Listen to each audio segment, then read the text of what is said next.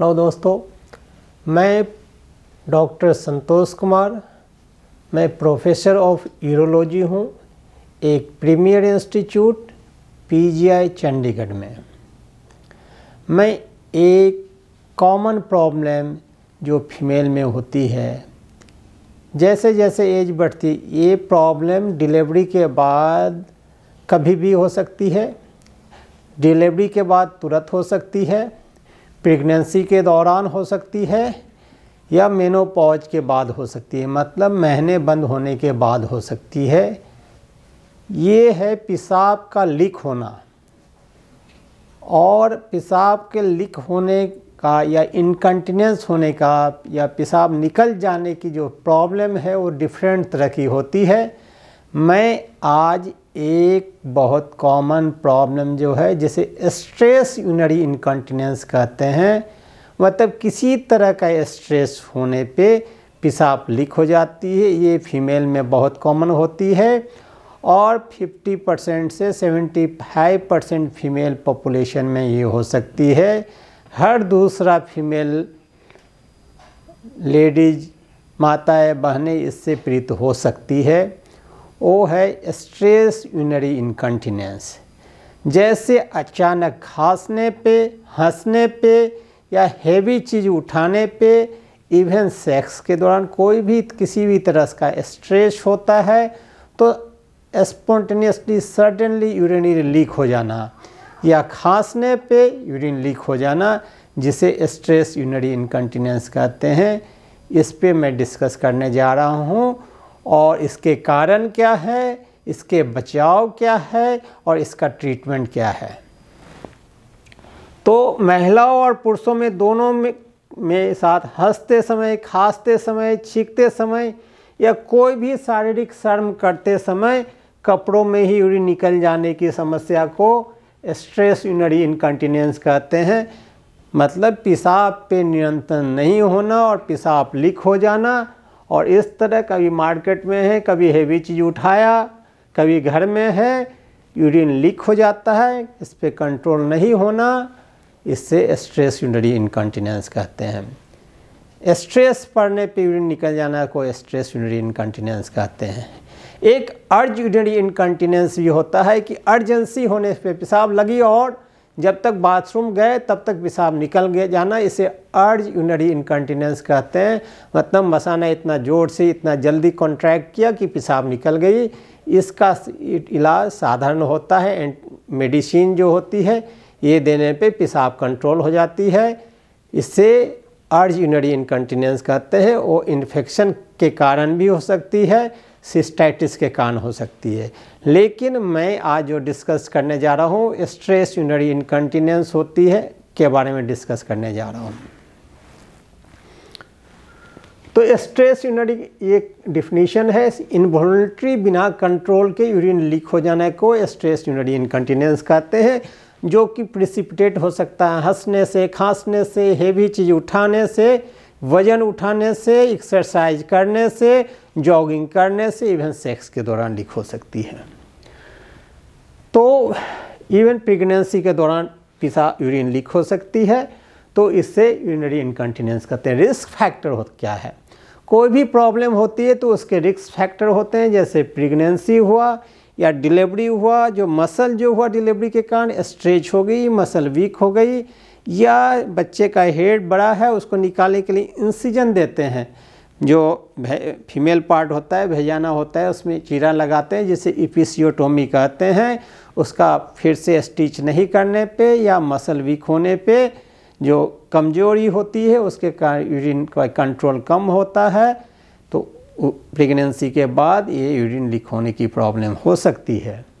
Even menopause के बाद जब महीने बंद हो जाते हैं, हार्मोन्स की कमी होती है, एक्सरसाइज की कमी होती है, मसल का स्ट्रेंथ कम होता है, तो वीकनेस आती है और स्ट्रेस होने पे यूरिन लीक हो सकती है।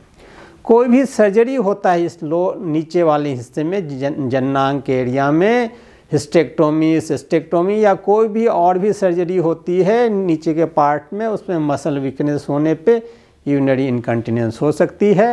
यदि एक्सरसाइज नहीं कर सकते हैं वीक हैं, कमज़ोर हैं, इमोबाइल हैं, तो उसके कारण ये प्रॉब्लम हो सकती है। या स्ट्रेस के प्रॉब्लम के कारण मसल पे कंट्रोल नहीं है तो ये प्रॉब्लम हो सकती है। रिस्क फैक्टर क्या है? रिस्क फैक्टर इस केसेज में है जैसे कोई ओबीज फीमेल है, बहुत वेट ज़्यादा है, नीचे जो मसल पे है वज़न काफ़ी पड़ रही है, मसल वीक हो गई है, एक्सरसाइज की डिफिशियंसी है, मल्टीपल प्रेगनेंसी हुई है, मल्टीपल टाइम डिलीवरी हुई है, कोई एब्डोमिनल ह्यूज ट्यूमर के लिए ऑपरेशन हुआ है, क्रोनिक कंस्टिपेशन है, क्रोनिक कफ है, खांसते खांसते मसल वीक हो गई है, COPD दमे की शिकायत है। इस सब के कारण ये मसल वीकनेस के कारण, या स्मोकिंग बहुत करते हैं उसके कारण मसल इफेक्ट हो गई है, क्रोनिक कफ हो रही है और मसल स्ट्रेचिंग हुई है, इस सब के कारण ये मसल वीकनेस के कारण इनकंटिनेंस हो सकती है। इसके अलावा जैसे हमने डिस्कस किया प्रोलैप्स है, ओबेसिटी है, एज जैसे जैसे बढ़ती है, और डिप्रेशन, स्ट्रोक, डायबिटीज, पार्किंसनिज्म या dementia, obesity, chronic constipation, chronic cough, ये सारे इसको वर्स कर सकते हैं। ये सारे रिस्क फैक्टर हैं जिसमें स्ट्रेस यूरिनरी इनकंटिनेंस हो सकते हैं। ऐसे कभी यूरिन लीक हो जाना है, कितना एम्ब्रेस करता है किसी फीमेल को, इसके कारण बहुत सारे फीमेल आउटडोर नहीं जाते हैं और साइलेंट होके सफ़र करते हैं। इवन घर के लोगों को अपनी परेशानी नहीं बताते हैं, इवन डॉक्टर को भी डिस्क्लोज नहीं करते हैं। इसमें शर्म की कोई बात नहीं है, ये कंडीशन बिल्कुल प्रिवेंटेबल है, बिल्कुल ट्रीटेबल है एक्सरसाइज से और मेडिसिन से। इस प्रॉब्लम के साथ साथ कभी कभी एसोसिएटेड प्रॉब्लम होती है। इस प्रॉब्लम में ओबेसिटी, ये हमने बताया कि मोटापा एक कारण हो सकता है, इसके साथ साथ सिस्टोसिल हो सकता है, मतलब मसल इतने कमज़ोर है कि ब्लैडर नीचे आ रहे हैं, लटक रहे हैं, पेशाब भेजाना के एरिया में ब्लैडर भी लटक रहे हैं, ये फीमेल में हो सकता है। उसके कारण पेशाब की दिक्कत भी हो सकती है। एक तो इनकंटिनेंस हो सकता है, दूसरा पेशाब खाली नहीं हो सकता है। देखिए ये जैसे कि पेशाब का थैला नीचे बच्चेदानी के मार्ग में या भेजाना में प्रोलैप्स हो जाता है, इसे ब्लैडर प्रोलैप्स कहते हैं, जिसको सिस्टोसील कहते हैं। और ये स्ट्रेस यूरिनरी इनकंटिनेंस से पेशाब लीक हो जाना, जैसे कि जो टैप है बंद नहीं किया उस तरह पेशाब लीक हो जाना काफ़ी एम्ब्रेस करता है। और कभी इस तरह हमें कहीं भी निकलने से पहले ये पहनना पड़ता है जो कि काफ़ी अनकंफर्टेबल है। इसके साथ आप ढंग के ड्रेस नहीं पहन सकते हैं और इसके मॉइस्चनेस से स्किन एक्सक्रीशन का अलग खतरा होता है। तो ये सारे रिस्क होते हैं कि प्रेगनेंसी के बाद यूरिनरी पेशाब लीक होने का कारण का ये सारे रिस्क फैक्टर हैं, जैसे कि आपने वेजाइनल डिलीवरी हुआ, फोर्सेप्स डिलीवरी हुआ, ऑब्स्ट्रक्टेड लेबर हुआ, बहुत ज़्यादा स्ट्रेच कर रहे हैं, या वैक्यूम डिलीवरी हुआ, या जब डिलीवरी के दौरान इंजरी हो गई, जैसे अच्छे ऑब्स्टेट्रिशियन मॉनिटर नहीं कर रहे हैं डिलीवरी के दौरान तो बहुत ज़्यादा स्ट्रेच पड़ रहा है, यदि सिजेरियन की ज़रूरत है तो टाइमली सिजेरियन नहीं किया, और मसल में बहुत ज़्यादा पेल्विक फ्लोर के मसल होते हैं जो सारे चीज़ को कंट्रोल करते हैं, पेशाब को कंट्रोल करते हैं, टट्टी को कंट्रोल करते हैं। ये मसल पे स्ट्रेचिंग बहुत ज़्यादा हो गई या अनअटेंडेड डिलीवरी के कारण इंजरी हो गई, जो पेल्विक फ्लोर मसल इंजर्ड हो गया, या ट्रॉमा के कारण, या फोर्सेप्स डिलीवरी के कारण, या बच्चे के हेड के कारण इंजर्ड हो गई, और ये वापस टोन में नहीं लाई गई एक्सरसाइज के द्वारा, फिजियोथेरेपी के द्वारा, तो यूरिनरी लीकेज की समस्या परसिस्ट कर सकती है। मल्टीपल प्रेगनेंसी होने से, मल्टीपल डिलीवरी होने से बार बार मसल का स्ट्रेच होता है। तो जैसे स्प्रिंग है, आपने स्ट्रेच किया वापस आ गई, लेकिन आप बार बार बहुत ही ज़्यादा स्ट्रेच कर देंगे तो स्प्रिंग वापस नहीं आएगी और वो वीक रह जाएगी। तो उसी तरह मसल्स होते हैं, मसल वापस टाइट नहीं होते हैं। मल्टीपल प्रेगनेंसी, मल्टीपल डिलीवरी के कारण तो मसल वीक हो सकती है और स्ट्रेस यूरिनरी इनकंटिनेंस की समस्या हो सकती है। तो और भी कारण होते हैं यूरिनरी लीक के, जैसे कि अर्ज incontinence, over active bladder, overflow incontinence, पेशाब बहुत ज़्यादा भर गई, पेशाब खाली नहीं हो रही है, उसके कारण इनकंटिनेंस हो सकती है। तो ये सारे, और कभी कभी डिलीवरी के बाद, ऑब्स्ट्रक्टेड लेबर के बाद या हिस्टेक्टोमी के बाद वेसाइको वेजाइनल फिस्टुला बन जाता है, मतलब ब्लैडर और वेजाइना के रास्ते में फिस्टुला बन जाता है, होल बन जाता है, छेद बन जाता है, तो यूरिन लीक होती रहती है। तो ये अन्य कारण होते हैं, लेकिन जो कॉमन कारण है उसे स्ट्रेस यूरिनरी इनकंटिनेंस कहते हैं। तो इसमें सिम्टम्स क्या होगा? पेशेंट कफ करेगा, स्नीज करेगा, लाफ करेगा या हेवी वेट लिफ्ट करेगा तो यूरिन लीक हो सकती है। या विगरस एक्सरसाइज करते समय, जॉगिंग करते समय यूरिन लीक हो सकती है। Even during sexual relation urine leak हो सकती है, जो कि काफ़ी एम्ब्रेसिंग होती है। या बहुत लंबे समय खड़ा होने पे यूरिन लीक हो सकती है। ये हमने दिखाया कि ये ब्लैडर है और ये पेल्विक बोन है और ये मसल है। ये मसल जो है वो पेशाब को कंट्रोल करती है। ये मसल जब वीक हो जाती है तो इस पे पेशाब का कंट्रोल ख़त्म हो जाता है और यूरिन लीक इस तरह हो सकती है। तो urinary incontinence, stress urinary incontinence is common, क्योंकि 50 से ज़्यादा फीमेल पॉपुलेशन में हो सकती है। सिम्टम्स एम्ब्रेसिंग होते हैं और ये कंजर्वेटिव ट्रीटमेंट से, मेडिकल ट्रीटमेंट से, एक्सरसाइज से और सर्जरी के द्वारा क्योरेबल है, ट्रीटेबल है।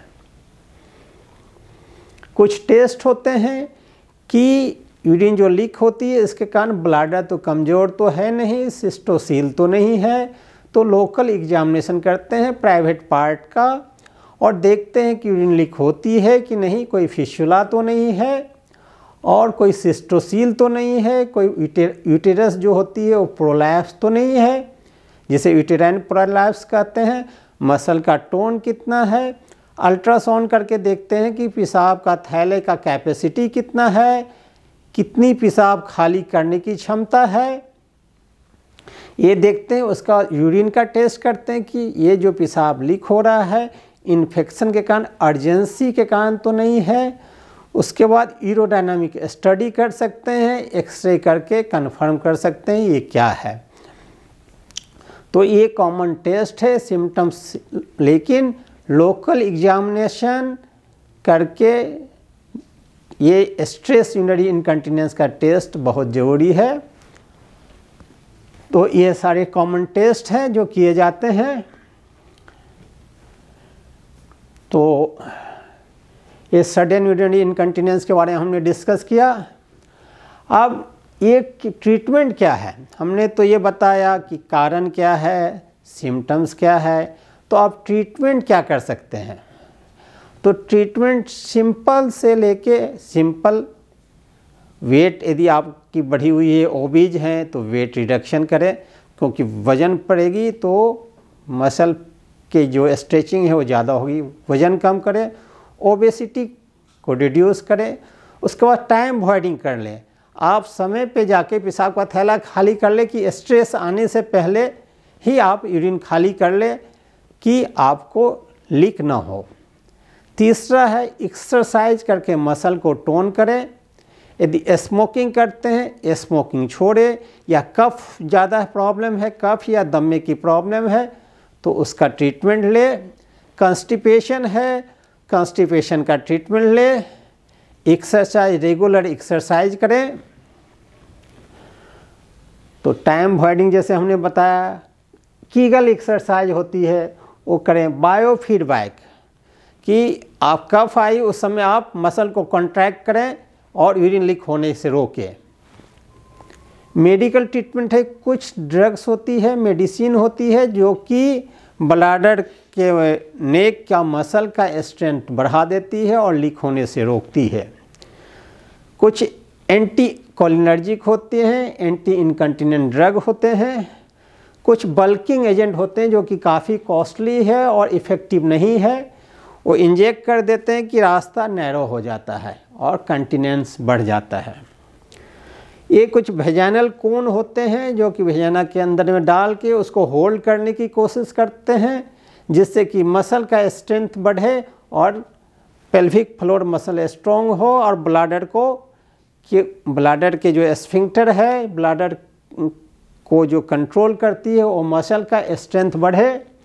और एक होता है, एक इलेक्ट्रिक टेबल होती है, उस पर बैठ के इलेक्ट्रिक करंट आती है और उसके कारण मसल कॉन्ट्रैक्ट होती है जो कि कंटिन्यूअस को बढ़ा सकती है।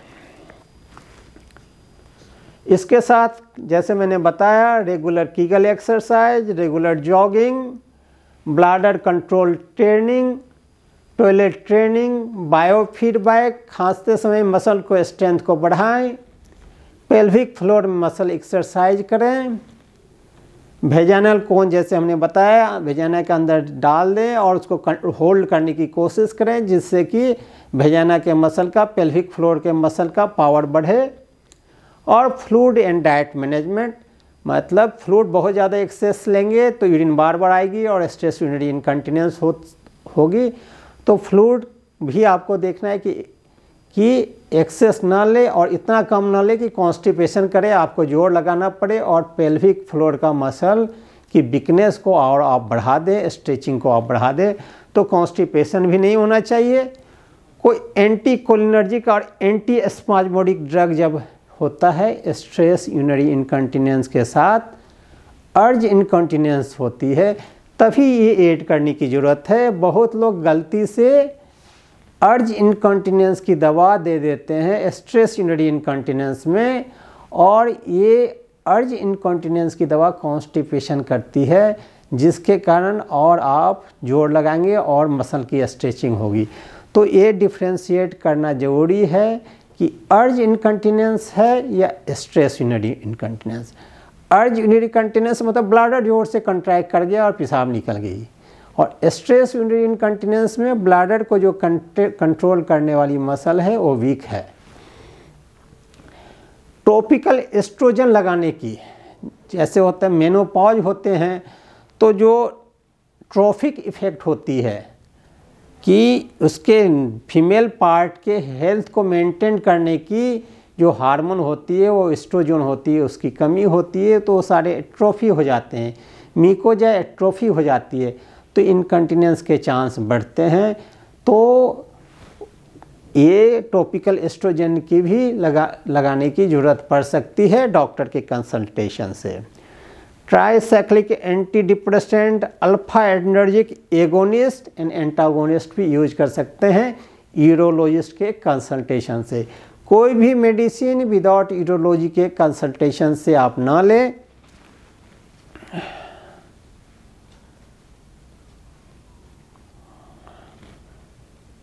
ये दो कॉमन ड्रग है एस्ट्रोजन के साथ, ये दो कॉमन ड्रग यूज करते हैं, लेकिन विदाउट यूरोलॉजिस्ट के कंसल्टेशन से कोई भी मेडिसिन मत लें। और ये पेसरी है जो कि ब्लाडर के नेक को दबा देती है, वो पेसरी यूज कर सकते हैं। उसके बाद सर्जरी की बात आती है लास्ट में सर्जरी की बात आती है। यदि इन सारे चीज़ से, दवा से, कंजर्वेटिव ट्रीटमेंट से, एक्सरसाइज से, यदि स्ट्रेस यूरिनरी इनकंटिनेंस कंट्रोल नहीं होती है तो फिर सर्जरी की बात आती है।